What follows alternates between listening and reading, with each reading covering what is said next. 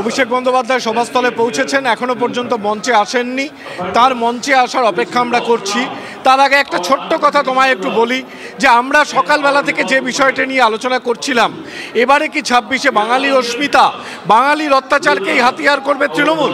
দেখো, প্রথমেই যে তিনজন ভাষণ রাখলেন, সুস্মিতা দেব, মমতা বালা ঠাকুর, বীরবাহা হাসদা, তিনজন মহিলা বক্তাদের মুখে কিন্তু বাঙালিদের অত্যাচার, মতুয়াদের ওপর অত্যাচার, আদিবাসীদের ওপর অত্যাচার এবং সুস্মিতা দেব অসমের মানুষ, শিলচরের মানুষ, সেখানেও কিন্তু তিনি বাঙালিদের বাংলা ভাষার উপর অত্যাচারের কথা বললেন।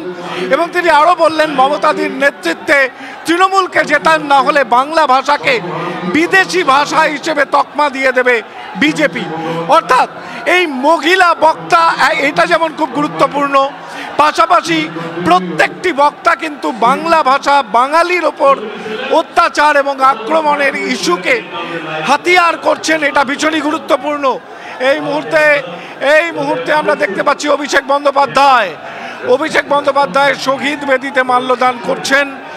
নিঃসন্দেহে আজকের এই যে 21-এর সভা, যে সভার আগে 16 তারিখ থেকেই কিন্তু কার্যত সভার সুর বেঁধে দিয়েছিলেন মমতা বন্দ্যোপাধ্যায়। বাঙালিদের ওপর ভিন রাজ্যে নির্যাতনের ইস্যুকে হাতিয়ার করে তিনি রাস্তায় নেমেছিলেন।